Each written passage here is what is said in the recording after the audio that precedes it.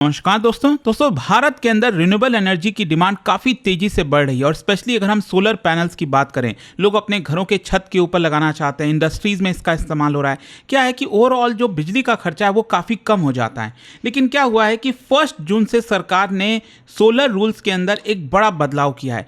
एक प्रकार से आप कहिए तो जो इम्पोर्ट कराते थे हम चाइना से, बहुत ही सस्ते में हो जाता था, वो अब नहीं हो पाएगा। आप देख सकते हैं खबर, installing roof top solar panels in India, new rules could make them costlier। इसको थोड़ा सा हम डिटेल में समझेंगे कि आखिरकार सरकार ने कौन से नियमों में बदलाव किया है, इससे इंपैक्ट क्या आएगा और जो हमारा टारगेट है भारत के अंदर 2030 का, 2070 का, क्या वो अचीव हो सकता है। चलिए शुरुआत करते हैं। लेकिन उससे पहले आप सबको बता दूं, आप में से जो भी लोग यूपीएससी की तैयारी कर रहे हैं, आप स्टडी आईक्यू के साथ जुड़ सकते हैं, जिसके अंदर हमारा जो फाउंडेशन बैच है, इसमें प्रीलिम्स, मेंस, इंटरव्यू सब कुछ की तैयारी कराई जाती है। 18 बुक्स का पूरा सेट आपके घर पर भेजा जाता है। कोई भी अगर आपको डाउट हो मेंटरशिप को लेकर, असेसमेंट, रिवीजन, टेस्ट को लेकर, ये फोन नंबर दिया, आप इस पे कॉल कर सकते हैं। यूज करिएगा कोड अंकित लाइव मैक्सिमम डिस्काउंट के लिए। चलिए शुरुआत करते हैं। सबसे पहले देखते हैं कि हुआ क्या है। 1 जून से मतलब कल से ही भारत ने मेजर चेंजेस किया है सोलर पॉलिसी में, जिसकी वजह से जो पूरी इंडस्ट्री है उसमें बड़ा बदलाव हो रहा है।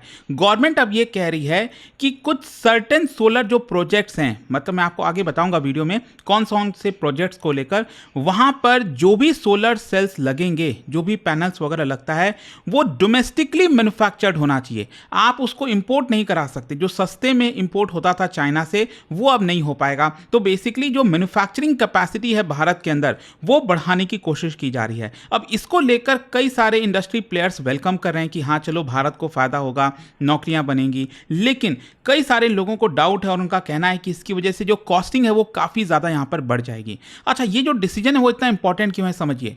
भारत अगर आप देखोगे, it has become one of the world's largest solar power market, और हमारा टारगेट क्या है, 2030 तक 500 गीगावाट का non fossil fuel capacity generate करना। 2070 तक हम नेट जीरो एमिशन अचीव करना चाहते हैं। तो इसमें सोलर एनर्जी बहुत बड़ा कंट्रीब्यूट करेगा, मतलब काफी सारा जो कंट्रीब्यूशन है ग्रोथ में, वो सोलर एनर्जी के थ्रू ही आएगा। लेकिन इसमें सबसे बड़ी प्रॉब्लम क्या है?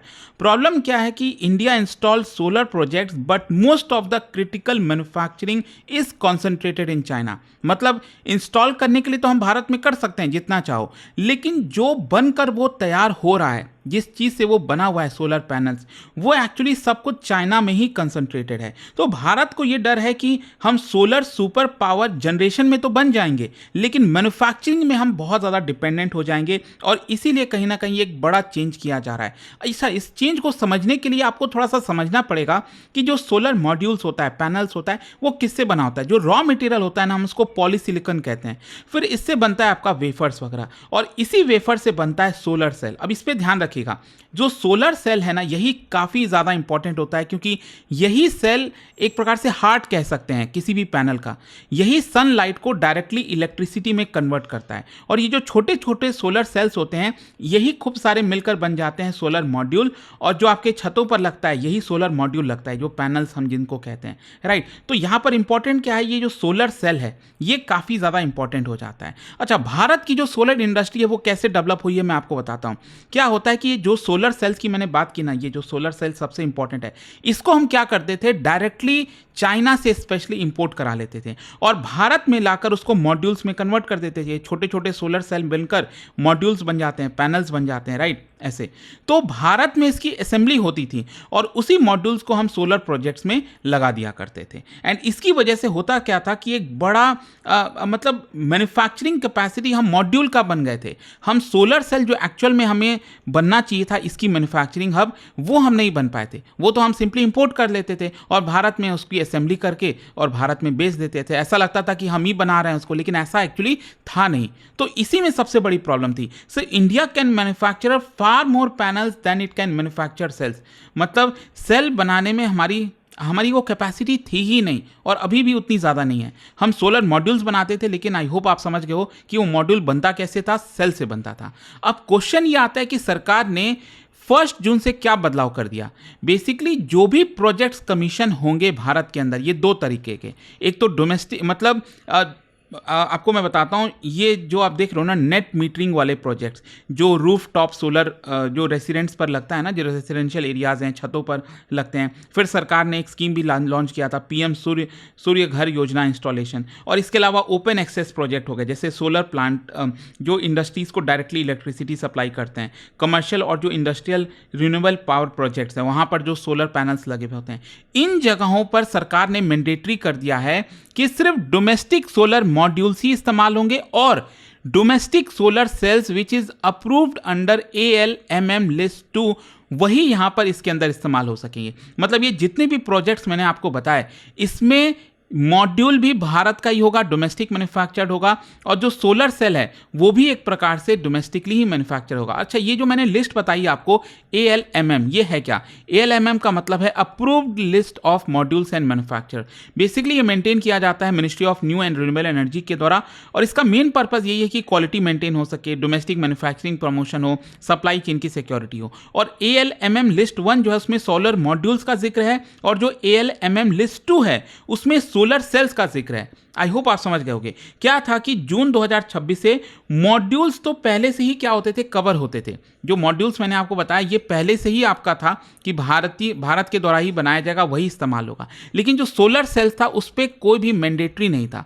अब सरकार ने सोलर सेल्स को मैंडेटरी कर दिया है कि यह भी भारत में ही बना हुआ होना चाहिए। अब क्वेश्चन जाहिर सी बात है ये आता है कि गवर्नमेंट ऐसा क्यों कर रही है? सबसे पहली चीज है डिपेंडेंस ऑन चाइना, इसको कम करना है। क्योंकि चाइना अगर आप देखोगे ना हर एक चीज में, चाहे पॉलीसिलिकॉन हो गया, वेफर हो गया, सोलर सेल्स, सोलर मॉड्यूल, सब चीज में डोमिनेट करता है। और भारत तो बड़ी मात्रा में यहां पर इंपोर्ट किया करता था, डायरेक्टली इनडायरेक्टली आप कह लीजिए। एंड चाइना जो है 80% ग्लोबल सोलर मैन्युफैक्चरिंग कैपेसिटी जो है वो अपने पास रखता है। तो इस डिपेंडेंसी की वजह से बहुत बड़ी वल्नरेबिलिटी हो गई थी ना। जस्ट इमेजिन कल के डेट में चाइना के साथ वॉर हो जाए, सप्लाई डिसरप्शन हो जाए, कोई कोविड जैसा चीज आ जाए, तो अगेन आप क्या करोगे? आप चाइना के ऊपर ही डिपेंडेंट हो ना। आप क्या कर सकते हो? आपका पूरा का पूरा टारगेट मिस हो जाएगा, बहुत बड़ी प्रॉब्लम आ जाएगी। तो एक तो सबसे बड़ी ये थी कि सरकार जो है चाइना के ऊपर से डिपेंडेंसी कम करना चाहती है। दूसरा, आत्मनिर्भर भारत, मतलब जैसे सरकार ने कुछ स्कीम्स लॉन्च किए इलेक्ट्रॉनिक्स में, सेमीकंडक्टर में, डिफेंस मैन्युफैक्चरिंग में, सेम उसी प्रकार से सोलर सेक्टर को भी वैसे ही ट्रीट किया जा रहा है। और तीसरा है आपका क्रिएट एंटायर डोमेस्टिक इकोसिस्टम। जो मैंने अभी तो आपको क्या बताया कि सरकार अभी सोलर सेल्स पर फोकस कर रही है, फिर उसके बाद अगर ये सक्सेस हो गया तो फिर वेफर्स के हम ऊपर फोकस करेंगे, इंगॉट्स के ऊपर फोकस करेंगे, पॉलीसिलिकॉन के ऊपर फोकस करेंगे। तो धीरे धीरे पूरा जो सप्लाई चेन है वो हम उसमें इंडिपेंडेंट बनना चाहते हैं, पूरा डोमेस्टिक इकोसिस्टम जो है वो क्रिएट करना चाहते हैं। अच्छा, अब क्वेश्चन ये है कि इंडस्ट्रीज क्यों इतना ज़्यादा चिंता कर रही हैं? सबसे पहला है सेल की शॉर्टेजेस। भारत के अंदर डिमांड आप देखोगे हर साल सोलर सेल्स की वो है 50 गीगावाट, और करंट कैपेसिटी कितनी है? सिर्फ 25 से 30 गीगावाट। तो इसकी वजह से एक बड़ा सप्लाई गैप हो सकता है। इंडस्ट्री बॉडीज को डर यह है कि यहां पर हमारे पास एनफ सेल्स नहीं होंगे, प्रोजेक्ट्स डिले हो जाएंगे, सप्लाई बॉटलनेक्स होगा। और दूसरा है प्राइस इंक्रीज। जाहिर सी बात है अगर हम इंपोर्ट नहीं करेंगे, क्योंकि चाइना वाला तो काफ़ी सस्ते में मिलता है, डोमेस्टिक जो है वो आपका थोड़ा सा महंगा पड़ जाता है। अब सप्लाई कम होगा तो आप इकोनॉमिक्स तो जानते ही हो कि सप्लाई कम होने से ऑटोमेटिकली प्राइस बढ़ेगा। तो डर यह है कि जो आपके छत पर सोलर पैनल्स लग रहे हैं उसके दाम यहां से बढ़ सकते हैं। और तीसरा है स्मॉल मैन्युफैक्चरर्स में सफर, स्पेशली क्योंकि जो लार्ज फर्म्स हैं वो तो ऑलरेडी सेल्स को मैन्युफैक्चर कर रहे थे, लेकिन जो छोटी छोटी कंपनीज हैं वो यहां पर इंपोर्ट कराती थी, असेंबल करती थी और उसको बेचती थी, तो उनके लिए बड़ा झटका है।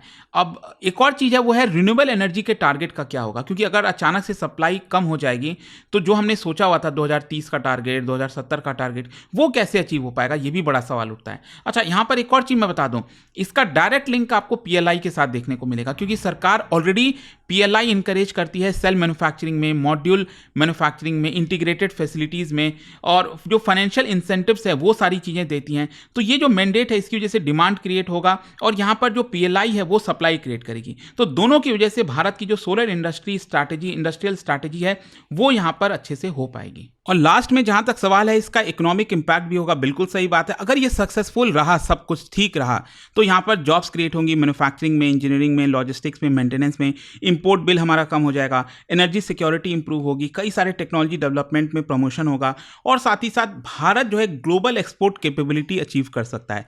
देखना होगा कि क्या ये सब कुछ हो पाता है कि नहीं। बड़ा बदलाव किया गया है। शॉर्ट टर्म में तो डेफिनेटली जो सोलर पैनल्स वगैरह हैं जो आप अपने छतों पर लगाते हो उसमें थोड़ा सा इजाफा हो सकता है प्राइस में। देखते हैं क्या होता है। जाने से पहले एक बहुत ही इंटरेस्टिंग क्वेश्चन, क्या बता सकते हो फोटोवोल्टिक जो इफेक्ट है इसके बारे में पहली बार कौन से साइंटिस्ट ने एक्सप्लेन किया था, ये आपको बताना है। और उसका जो राइट आंसर है आप सब जानते हैं, मेरे इंस्टाग्राम पर तो मिलेगा ही, वहां पर अगर आप नहीं हो कोई बात नहीं, टेलीग्राम से ले सकते हैं इसका सही उत्तर।